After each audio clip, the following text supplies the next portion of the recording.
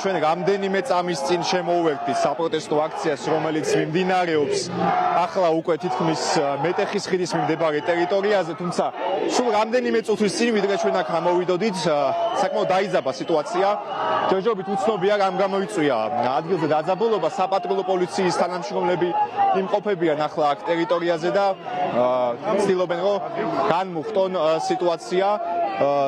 უცნობია რამ გამოიწვია დაძაბულობა ტერიტორიაზე, როგორც აქციის მონაწილეები ერთმანეთში საუბრობენ, დაძაბულობა გამოიწვია ერთ-ერთი პირის სიტყვიერმა შეურაცხყოფამ აქციის მონაწილეების მისამართით და ეხლა ეს საპოლიციო კორდონი, რომელსაც თქვენ კადრში ხედავთ, აი აქ განლაგდა ფაქტობრივად რამდენიმე წუთის წინ, სანამ ჩვენ ამოვიდოდით მტკვრის მარჯვენა სანაპიროდან, სადაც რამდენიმე საათის განმავლობაში მიმდინარეობდა საპროტესტო მსვლელობა.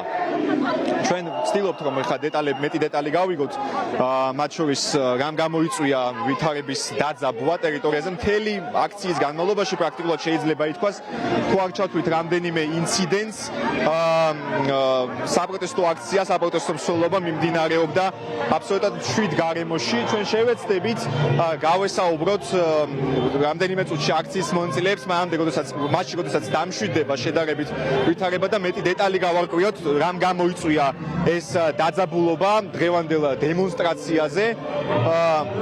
აქ უკვე არიან მობილიზებული სამართალდამცველები და მე ვთხოვ ეხლა ერთ-ერთ სტუდენტს, ერთ-ერთ აქციის მონაწილეს, რომ უკეთ ვითხრას რა მოხდა საპროტესტო აქციაზე, რამ გამოიწვია დაძაბულობა. 7 იყო ვითარება ამ წუთების განმავლობაში. უფრო მეტი დეტალი რომ მოგვიყვეთ. როგორც შევია ქართულ ოცნებას, როცა ხდება რაიმე მასშტაბური ქვეყანაში გუზანი ტიტუშკებს და ეს გადაფარო უნდა ყველა გეტანონ ასე ცემად ყეპაზე. რადგან ადამიანი იყო მოსლიმაც გვაგინა შეუცხო მოგაყენა ქონა მსაუბრა ფიზიკურ დაპრესების ჩვენთან.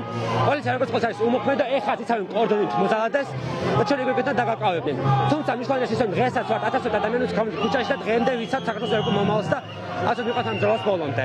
დიდი მადლობა. თქვენ უსმენდით აქციის ერთ-ერთი მონაწილის პოზიციას, რომელმაც გითხარით რამ გამოიწვია საპროტესტო აქციას დაძაბულობა.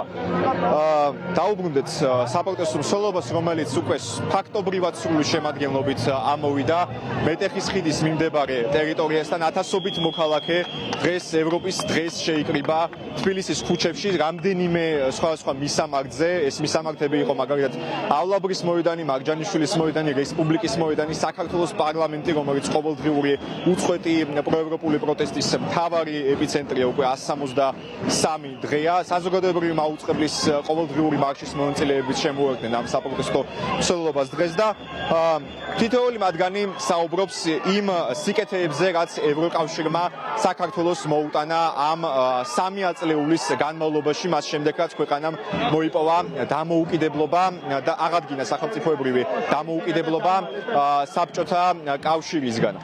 თავისუფლება, ადამიანის უფლებები, ტრადიციები, ღირებულებები, ეს ის ძირითადი ფასეულობებია, რაზეც ევროკავშირი არის დაფუძნებული და რაზეც ევრობლოკი დაფუძნდა 75 წლის წინ. აქციის მონაწილეები აცხადებენ, რომ მათთვის პრიორიტეტული არის ქვეყნის ევროინტეგრაცია, რაც საქართველოს კონსტიტუციის 78 მუხტშიც არის დაფიქსირებული და მათ მიაჩნიათ, რომ ამჟამად ქვეყანაში მიმდინარე პოლიტიკური პროცესები ხელს უშლის ქვეყნის ევროინტეგრაციას და ამით მოქმედი ხელისუფლება, ქართული ოცნება არ ღვევს ქვეყნის მთავარ იურიდიულ დოკუმენტს და მათთვის სწორედ ეს მოცემულობა არის ერთ-ერთი ყველაზე პრობლემური და ამაზე საუბრობენ.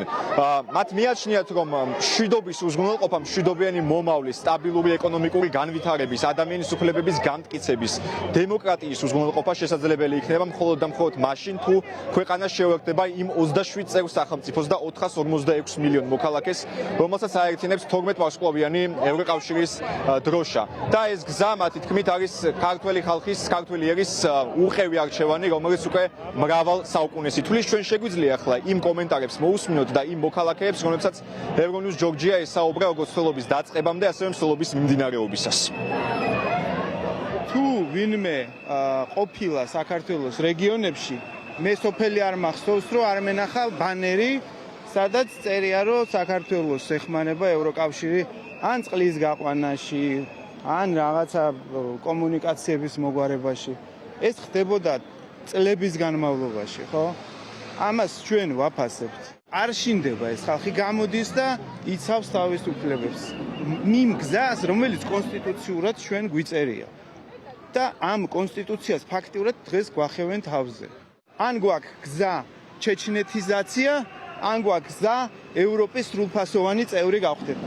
ჩვენ ვირჩევთ ევროპას. მე და ჩვენი აი ეს ადამიანები, ვინც დღეს აქა ვართ და კიდევ უფრო მეტი იქ დაგვხდება დარწმუნებული.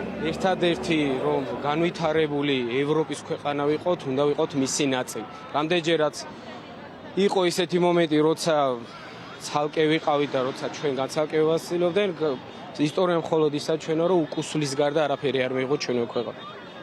რო ვიყოთ განვითარებული ქვეყანა და სრულყოფილი ქვეყანა, ეგ ერთადერთი პირობა არის, რომ ვიყოთ ევროკავშირის წევრი. სტატისტიკაც გვეუბნება ამას, ისტორიაც გვეუბნება, რომ ყველა ქვეყანა, რომელიც შეუერთდა ევროკავშირს, ძალიან დიდი კარგი შედეგი დადო ყველა მიმართულებით.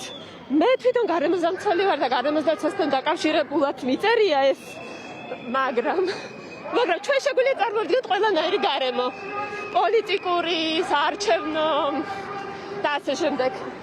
ამიტომ მგონია, რომ ძალიან არასწორი შეხედულებაა და ჩვენი ერთადერთი გზა მართლა ევროპისკენ მიდის, თუ გვინდა რომ უკეთესი მომავალი გქონდეს. აქციის მონაწილეები ახლა უკვე ამოვიდნენ მეტეხის ხიდზე და მიემართებიან ევროპის მოედნისკენ, სადაც დღეს გაიმართება მთავარი საპროტესტო აქცია. შარშანაც ევროპის დღეს გაიმართა მრავალათასიანი დემონსტრაცია თბილისის მასშტაბით და ბოლოს ეს ამ დემონსტრაციის შეკრების საბოლოო წერტილი იყო სწორედ ევროპის მოედანი. თქვენ პირდაპირ ეთერში უსმენდით აქციის მონაწილეებს, რომლებიც საუბრობდნენ იმ სიკეთეებზე, რაც ევროკავშირის წევრ სახელმწიფოებს და მათ მოქალაქეებს აქვთ. ეს არის მაგალითად შრომითი ანაზღაურება, გაზრდილი შრომითი უფლებები.